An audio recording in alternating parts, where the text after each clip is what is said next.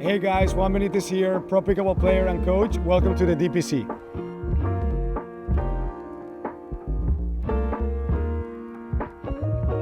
So yeah, I started playing tennis when I was 4, always been around sports. My family always have been pushing me and my brothers to be around sports, soccer, basketball, golf, you name it, we played it. But yeah, tennis was definitely the one that I did the best at growing up. So obviously, like if you're good at a sport, you're sticking with that one, and all the other sports and activities fell to the side for the obvious reasons, because again, I was just performing better in tennis. And one thing led to the next. I moved to Argentina when I was young, when I was 13 years old. And that was basically my home for several years before I got recruited to play college tennis at Baylor, played D1 tennis, was number 5 in the country, played number 1 for the tennis team at Baylor, had some success as a college tennis player. And before, during, and after, I played pro tennis, got to around 500 in the world, won several pro tournaments, traveled all over the world, was super fun, wouldn't change that experience for anything. But obviously it's hard to keep up since it's a very expensive sport, as a lot of people know. And that ended up in me starting coaching tennis at the beginning. And one of my students introduced me to pickleball. One of my tennis students introduced me to pickleball. And I really liked how social it was, how lighthearted it was, and also how easy it was. And then as I'm getting introduced little by little to pickleball, I start hearing how some of my old friends or how people are having success in pickleball, and in a way, again, how easy in a way is. And I just missed the competition part, because once I started coaching tennis, I stopped competing in tennis. And I guess I wasn't done competing.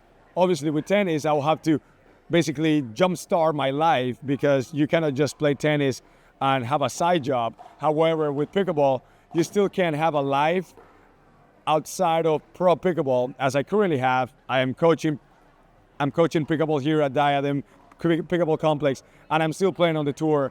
I'm doing really well.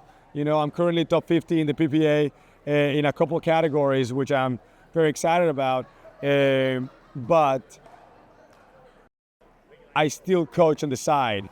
That would have never been the case in tennis. So that's something interesting that a lot of pro pickleball players can relate, that it doesn't fully consume their lives.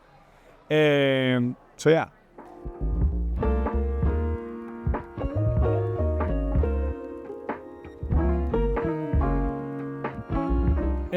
Well, so like a lot of the pickleball players transitioning from tennis, they struggle with their slow game.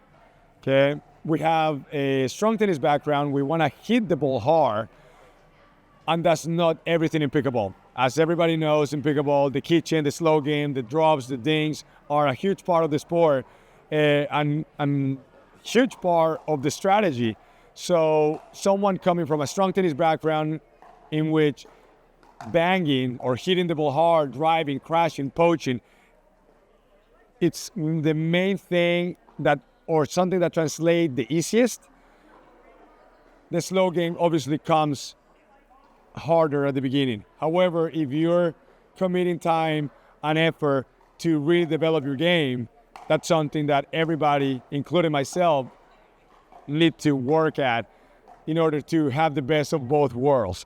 Being able to have a good fast game, a strong drive, crash, poach, all these power shots that I mentioned, but at the same time, for you to get to the highest level, you gotta be able to slow things down and understand the wins and how to, again, mix up both of those game styles.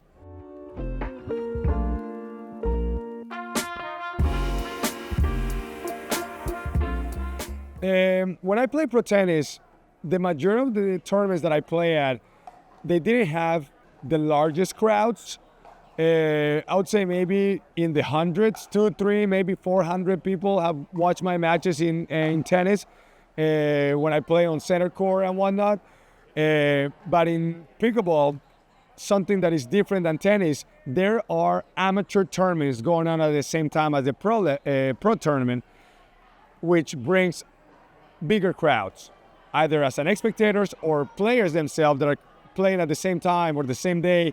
They're 3-5s, 4-0 tournaments, so they're just walking around, and they happen to obviously they want to watch the pro level matches, so that had end up in possibly have larger crowds, maybe in the 500, maybe 1,000 people watching me on center court playing against Ben and Gabe already 5 times, which has been a super fun experience for me and my partners during those matches, just simply playing on center court, playing on TV, having thousands of spectators watching us. So yeah, that was definitely super fun, and that definitely gets you more hyped up, and you definitely feel the energy from the crowd as you play and you have good shots.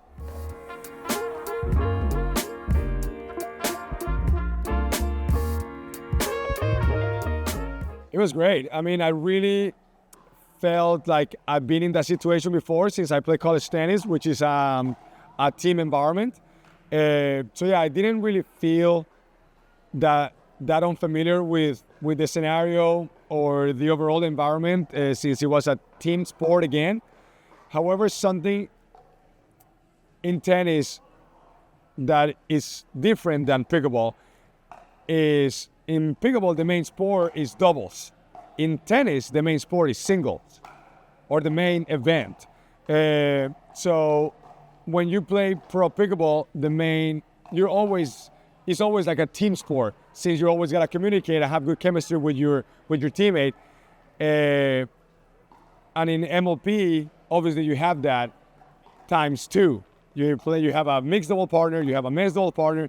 You can come to a dream breaker, and before or during the match, there is always this team environment, which makes it really super fun.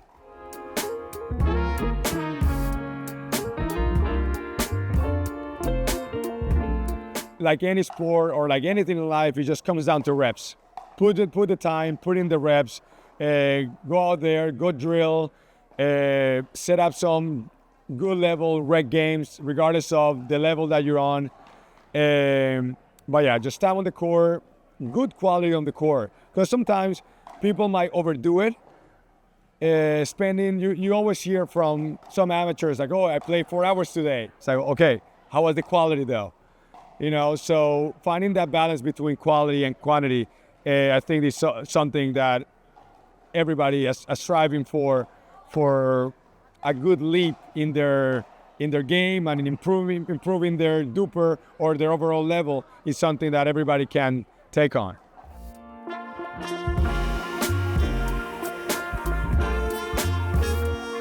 It's very fun. I mean, just being able to be around and share the court with 3 top 5 players, and just feeling their intensity, their level, and getting overall the feedback of the things that I tell them, and it's very satisfying. Even though knowing how good they are, they're still very receptive to the things I tell them, and I think that's one of the many things that make them as great as they are, that they're always looking for getting better, that 1%. Okay.